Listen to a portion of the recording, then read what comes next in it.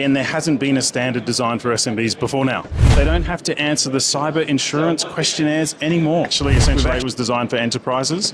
And so, like, 50 plates I'm spinning to try and activate this thing. All right, so I'm just here with Ryan Ettridge from CyberCert, all the way in, we're actually in Denver, but he's a fellow Aussie. We're at the Pax8 Beyond conference. And I thought I'd just, Ryan, why don't you introduce yourself? Tell me a little bit about who you are, what you do, and what you represent.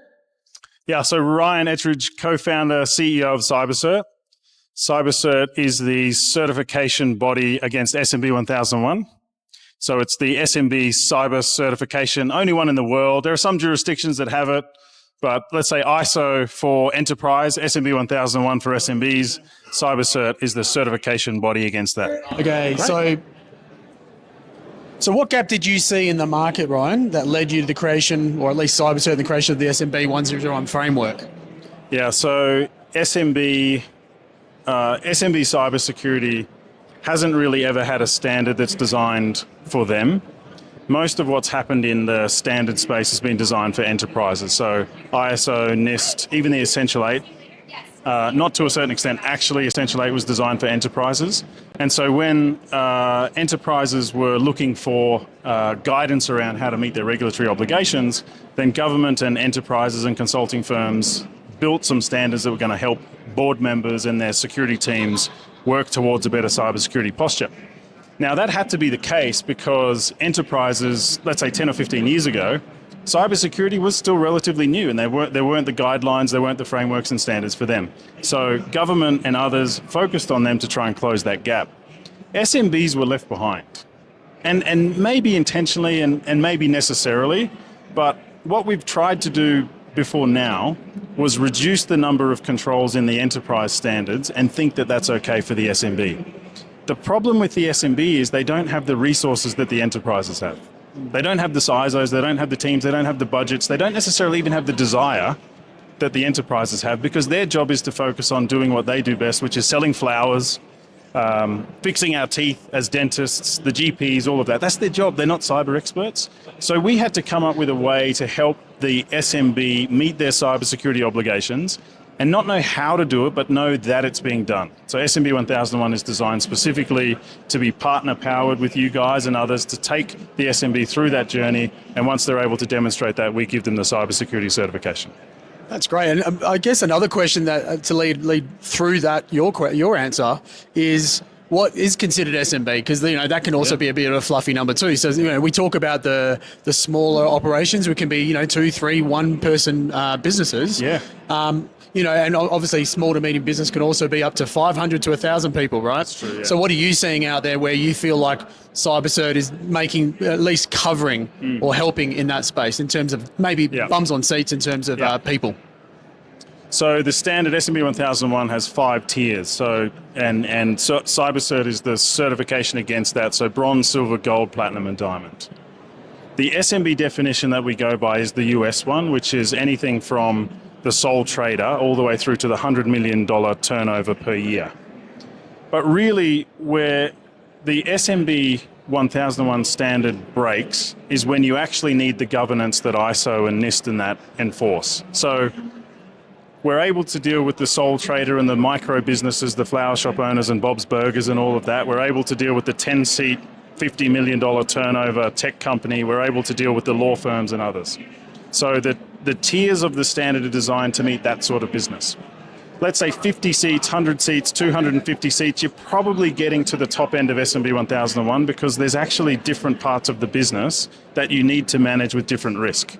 SMB 1001 is designed for the whole business. So if the whole business can't do SMB 1001, you need to start to think about the other frameworks. So we deal with the flower shop owner, we deal with Bob's Burgers, we deal with the dentist, we deal with the law firm, we deal with the schools, the franchises, all of those that don't actually need that extra governance. How do you think CyberCert has gained so much traction in the Australian SMB market compared to other frameworks that other IT vendors like myself have tried to implement and have had some success, but there's also a fair bit of friction. So what would you say the CyberCert, or at least SMB 1001 framework, has allowed, in terms of getting the traction from your perspective? Yeah, there's probably a couple of ways to answer that. One of them is, again, there hasn't been a standard designed for SMBs before now. In the UK, there's one. It's called Cyber Essentials. It's pretty good, but again, it's limited to the UK, and even some businesses, it's pretty good. Singapore has one, but every other jurisdiction is either industry specific, it's like your license to operate, and it's not designed for everyone else. In Australia, there just hasn't been one. So in the ANZ region, there hasn't been an SMB specific cybersecurity standard. And then the second part is that you can certify against. So we have thousands of SMBs now certifying and hundreds of partners already signed up. The reason for that is the certification is then the recognition. So the certifiable element to the standard means that the SMB can certify once and show to many.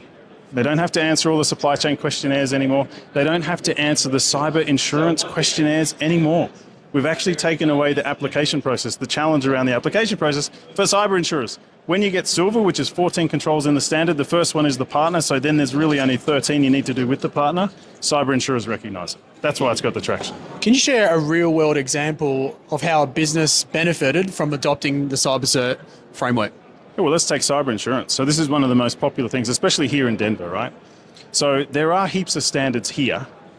Again, CIS is amazing. I love that. And SMB 1001's not designed to replace the other standards that you have to have as your license to operate. You can even complement SMB 1001 with other standards, SMB plus CIS plus whatever else, right? The use case is for, there's a lot of subjectivity around cyber insurance, yeah?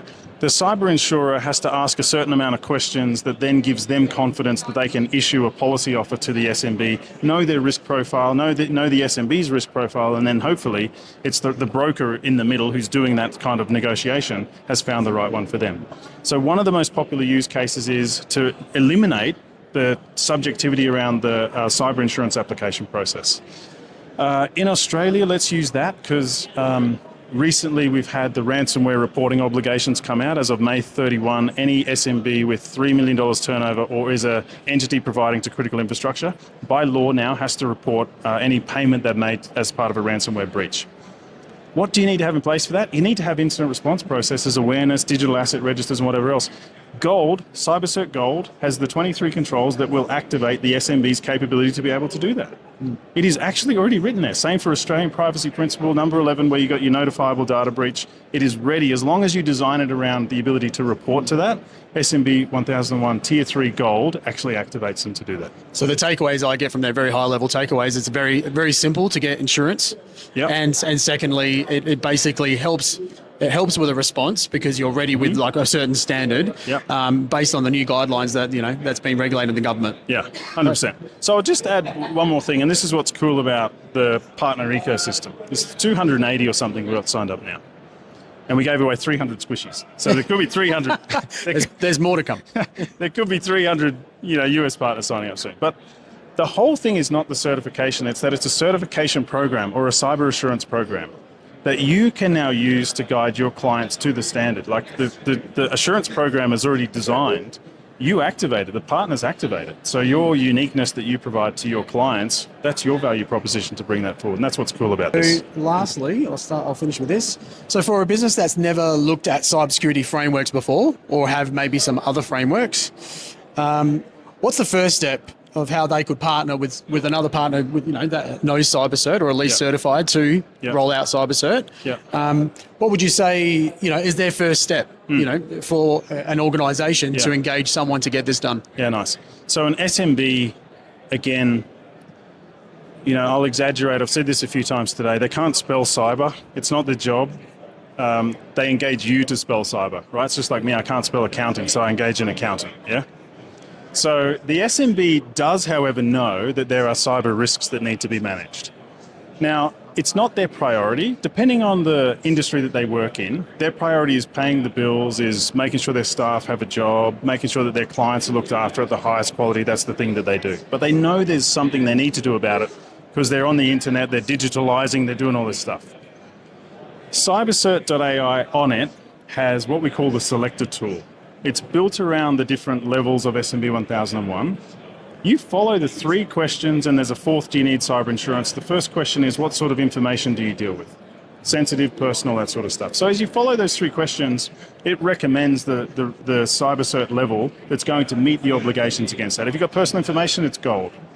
If you need to be able to respond from an incident within 8 hours, it's diamond. Mm-hmm. The controls that are built for that particular risk or those objectives are designed around that standard.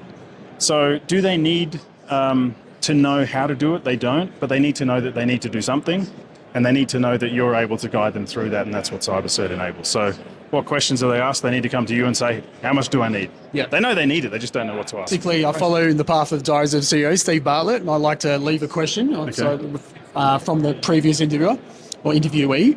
And the first one, the question they had, or at least the question they've left for you, is in this process of building CyberCert, I mean, they obviously didn't know it was CyberCert, but in the process of building the organisation, what's been basically the one biggest challenge that you've faced? Oh, yeah. And what could you share that, that you executed on to overcome it?